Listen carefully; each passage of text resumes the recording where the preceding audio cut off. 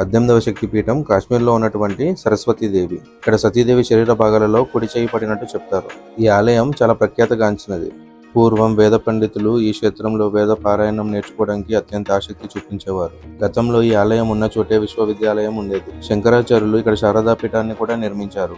ఇంకా ఈ అమ్మవారి మహిమ చూస్తే, పూర్వం గ్రంథ రచయితులందరూ ఈ అమ్మవారిని దర్శించుకోవడానికి శారదాపీఠం వచ్చేవారు. వారు రాసిన గ్రంథాలు అమ్మవారి ముందు రాత్రి సమయంలో ఉంచి తలుపులు మూసేవారు.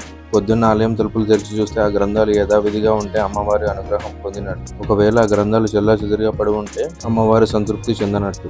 అలా ఈ అమ్మవారి ఎన్నో మహిమలు చూపించింది. ప్రస్తుతం ఈ ఆలయం ఉన్న చోట మనకి శిథిలాలు మాత్రమే మిగిలిపోయాయి. శత్రురాజుల దాడిలో ఈ ఆలయం మొత్తం ధ్వంసం అయిపోయింది. అమ్మవారి అసలు విగ్రహం ఏమైందో ఎవరికీ తెలియదు. శంకరాచార్యుల వారు అమ్మవారి శక్తిని స్వర్ణ సరస్వతీదేవి మూర్తిలో ఆవాహనం చేసి శృంగేరి శారదాపీఠంలో ప్రతిష్ఠించారు. అందుకే 18వ శక్తిపీఠం దర్శించుకోవాలనుకునే వారు శృంగేరి వెళ్లి శారదాదేవిని దర్శించుకుంటారు. మీలో ఎంతమంది శృంగేరి ఆలయాన్ని దర్శించుకున్నారో కమెంట్ చేయండి. Thanks for watching.